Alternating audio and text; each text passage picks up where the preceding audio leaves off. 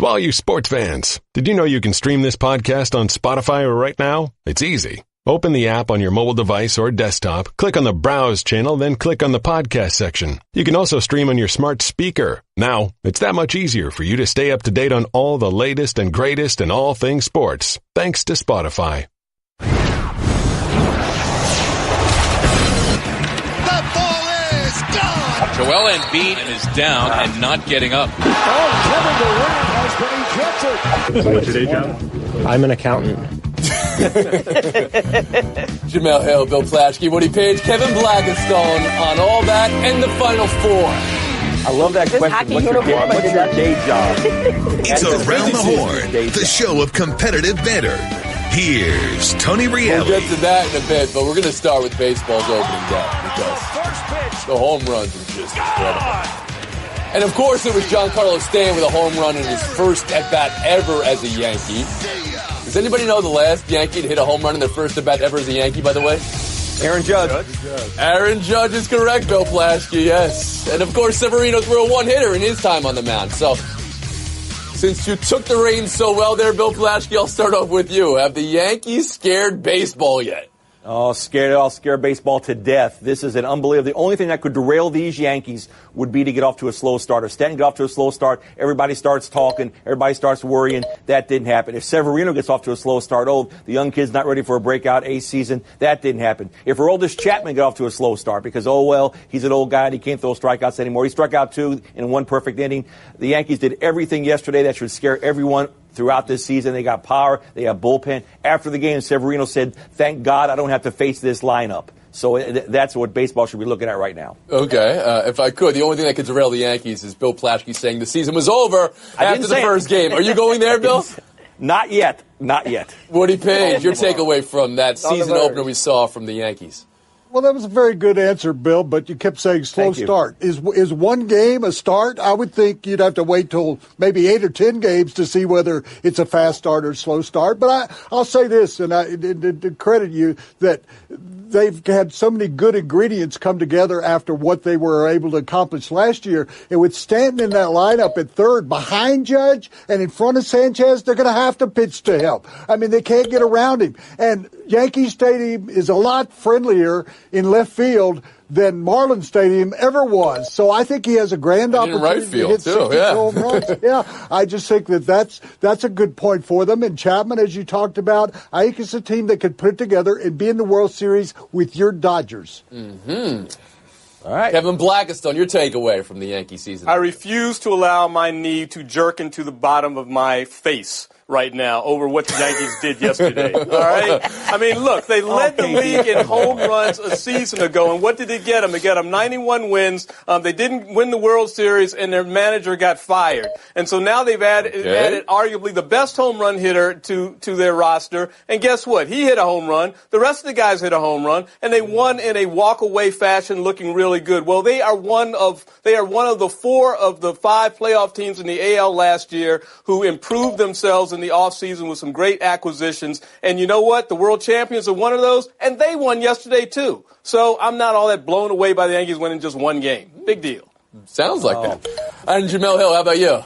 I'm going to allow my knee to make contact with my forehead. Exactly. I'm trying to still figure out the physics of that. Yeah. But this team should scare everyone to death. And remember, this is not a conversation we're picking up in the moment on opening day. People were saying some of this about the Yankees after how their season ended last year. They were 1 win away from the World Series without the NL MVP. Now they have him. And on the very first day, he makes history and puts himself in some special company. I mean, he had 3 extra base hits. He had 4 RBIs. Last Yankee to do that on opening day was Roger Maris. Anytime your new acquisition is in a conversation already with Roger Maris, I'd say everybody else should be scared. Mm-hmm.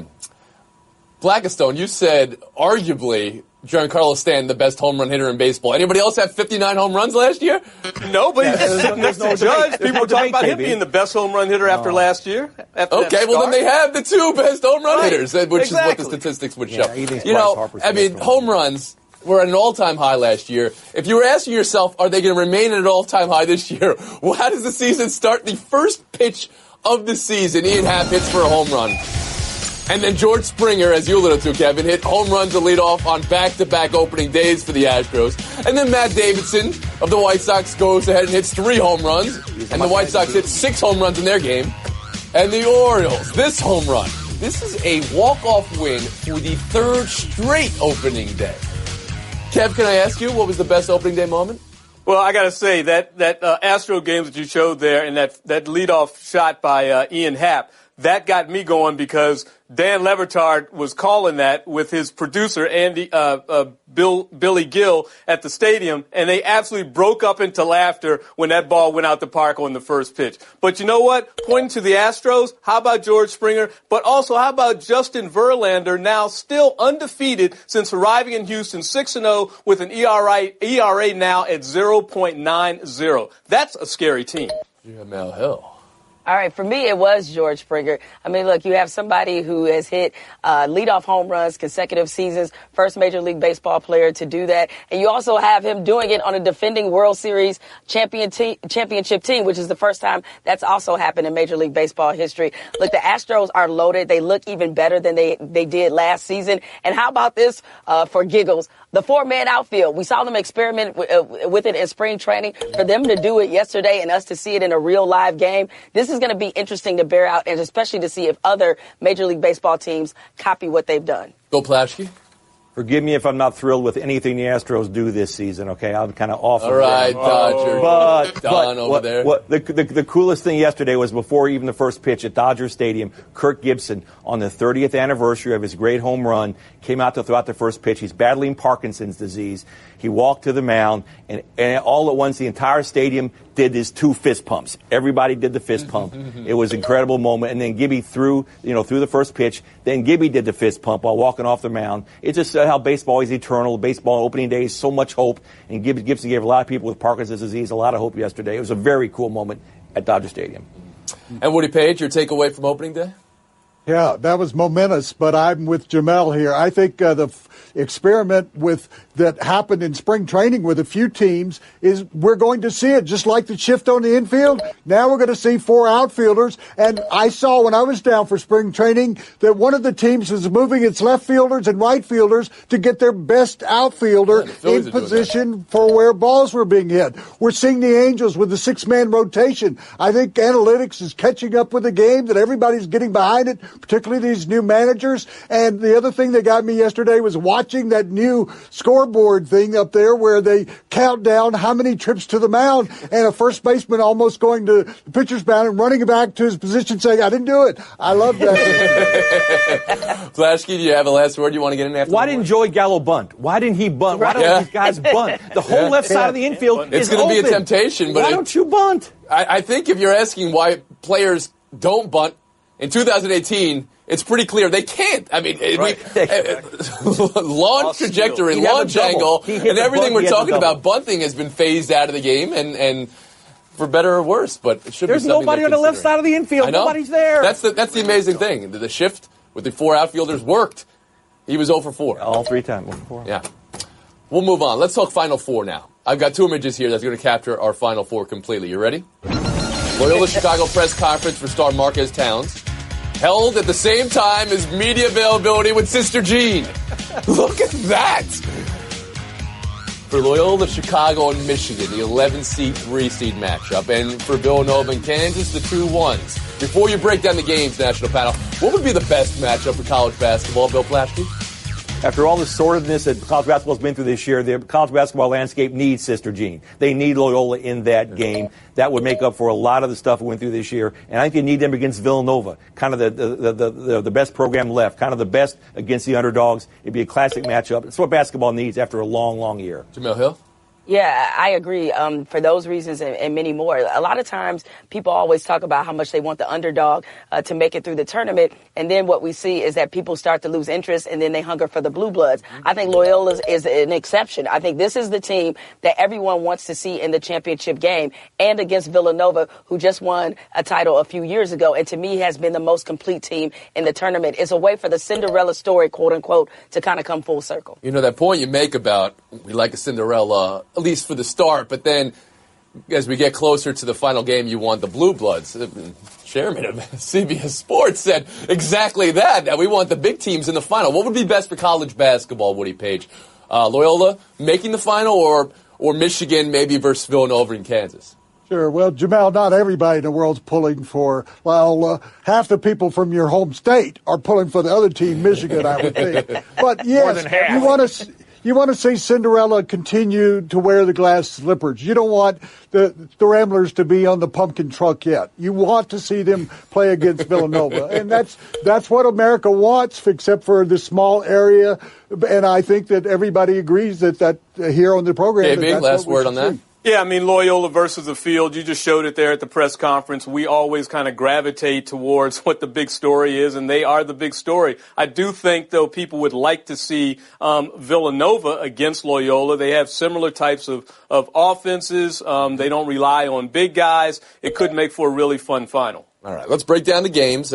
One thing to watch for. Loyola Chicago, the most talked about team in this tournament, as we said, deservedly so. Michigan, I think, is the least talked about team on a 13-game win streak ever. So, Jamel, break it down for us. How do they match up against each other? I don't have a problem not talking about Michigan, but here's the truth. But here's the truth of it. I mean, this is a tough matchup for Loyola in the sense that they're not a very big team. Obviously, Mo Wagner is somebody who has an incredible amount of size, and he's a stretch five. He's an incredible player. And so I worry about if that matchup is going to ultimately dictate how that game bores out. But I'm confident Loyola can do this because of the amount of shooters that they have on the floor. And I know Michigan is really good at defending the three, but I think this is a unique element right here. Bill Plaschke? No, I think Loyola's finally met its match. I think Michigan wins this game rather easily, actually. Loyola, they've been getting to the rim all month long. They're not getting to the rim against Michigan, not with Wagner in there. And then also Loyola takes a lot of three-pointers. Michigan runs people off the three-point line. Loyola's going to have to take two-point shots. I believe they have made like 12, maybe a dozen two-point shots outside the paint in the whole tournament. I believe that's that's the number. It's incredible that their offense is so designed, and so it's not going to work against Michigan. Woody Page? Yeah. Well, and it's been brought up. Wagner, for those of you that didn't listen to his operas, this is the flight of the Valkyrie. I mean, he is such a bad mismatch for them. If they try to go big, he will stay outside and shoot the three-pointer. If they go small on him, he just takes them to the rim. I think he's a big difference in this game, and the defense that Michigan has, Loyola will not be able to run that Auburn shuffle and go inside and out like they have in the past. That's two for Michigan. And how about you, Kevin Blackistone?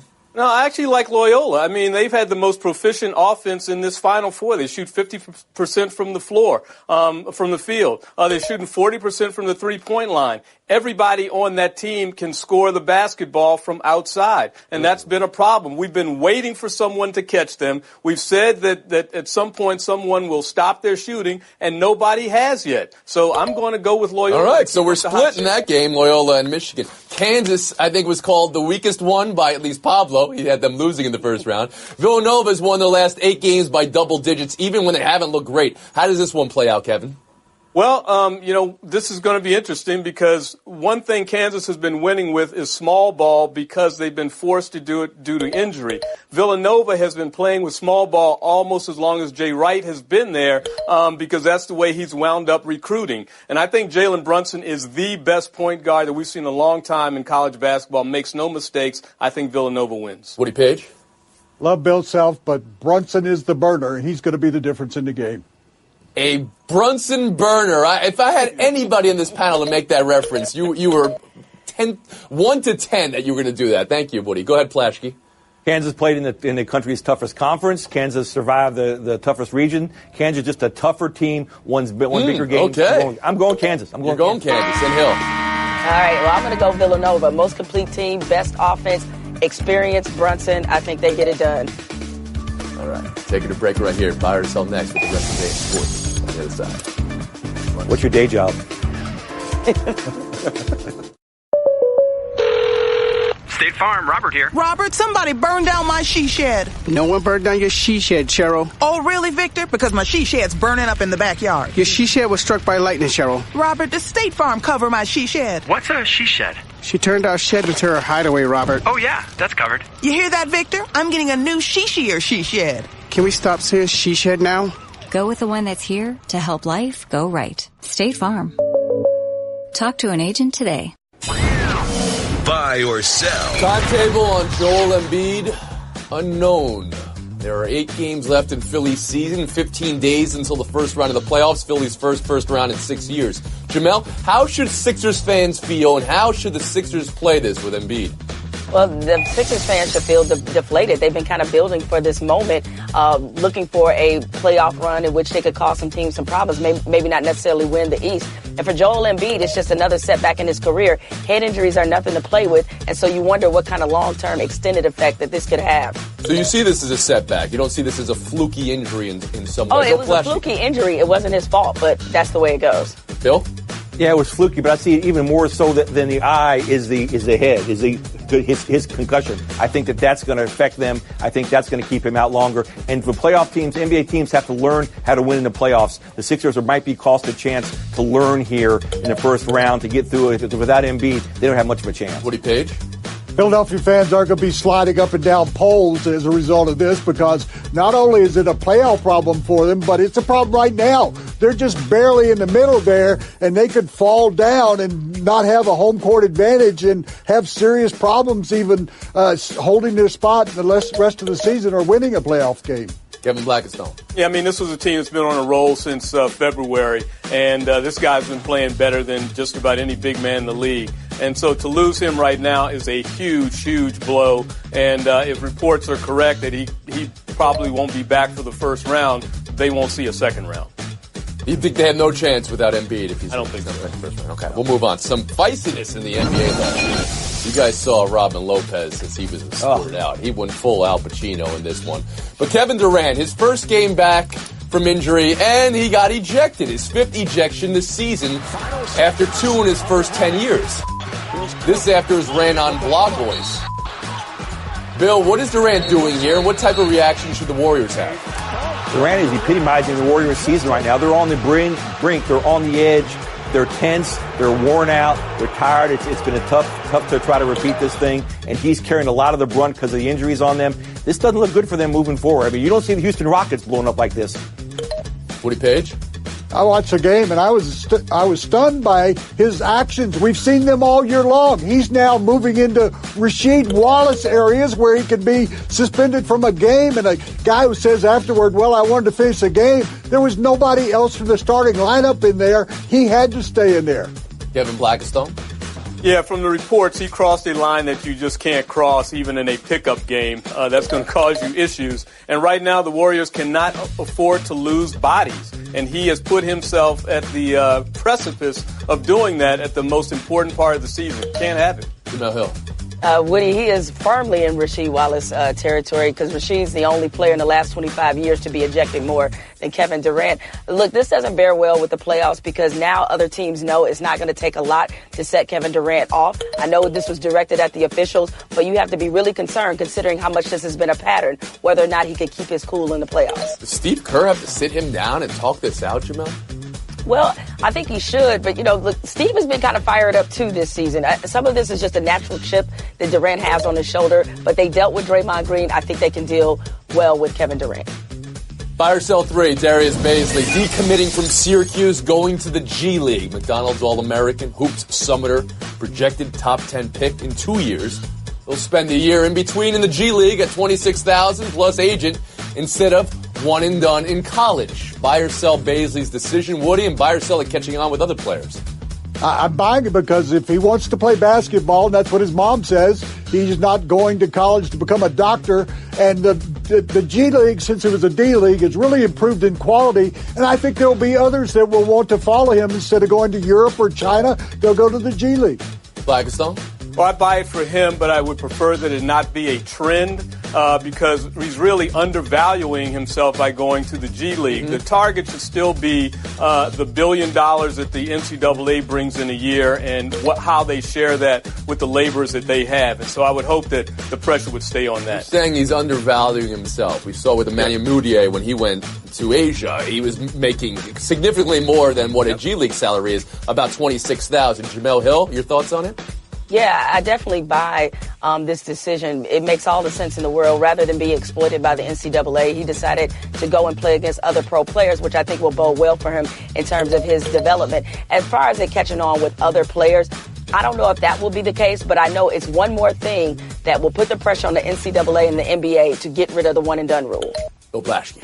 You know, I don't like it. It's one thing to go to Europe and make a lot of money. It's another thing to go to the G League, not make much money. I'm not sure what kind of endorsements they'll get out of that. I don't know if they're prepared to develop him like maybe he would develop in Europe. I think one day the G League will be ready for this, not now. You don't think the development in the league's developmental league is as good as it would have been? Not for 18-year-olds. It's not equipped for that. Well, big baller challenge games he could be in.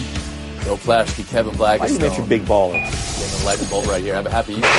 Celebrating. Jamel Hill, Woody Page, showdown. 2 minutes. All right. I just saved hundreds of dollars by switching to Geico. I feel like a whole new person. Disclaimer, you will not become a whole new person. This is impossible. You might be able to join a gym or diet program, buy a new wardrobe, get hair implants, but your DNA and physical form will remain the same. Geico waives any and all liability if you attempt to become a new person, except a cyborg. If you choose to become a half-human, half-cybernetic organism with lasers for eyes, the Geico legal team would be cool with that, because, quote, laser eyes are pretty sweet. Pew, pew, pew, end quote. Geico. 15 minutes could save you 15% or more. Jamel and Woody in showdown. Check out the Sidney Crosby goal. Second time in 10 days he batted one in. This was an overtime winner. But it wasn't the best thing from hockey last night. Scott Foster. I'm an accountant by day, so a few hours ago I was sitting on my computer typing on a 10 key, and now I'm standing in front of you guys. Just finished 14 and a half minutes. 7 saves on 7 shots and a win. Before you went out? I don't think I heard anything other than put your helmet on. He gets $0 and to keep the jersey. My question here, Jamel, is that enough payment? And does this make hockey look special or amateurish? Amateurish, because literally that's what it is if he didn't get paid, right? Look, the reason you watch professionals is because you want to see professionals. You want to see the very best of the very best. Plus, he's overselling it a little bit. He's a former college goalie. Jamel, he stopped 7 shots. You don't think he was being professional last night? I've named him Bananas Foster. The guy really has appeal, and I think he should come to Denver for tonight's game. I don't care about the bad jokes. They were bad jokes. This is outstanding. Every sport should do this. Let's go, Woody.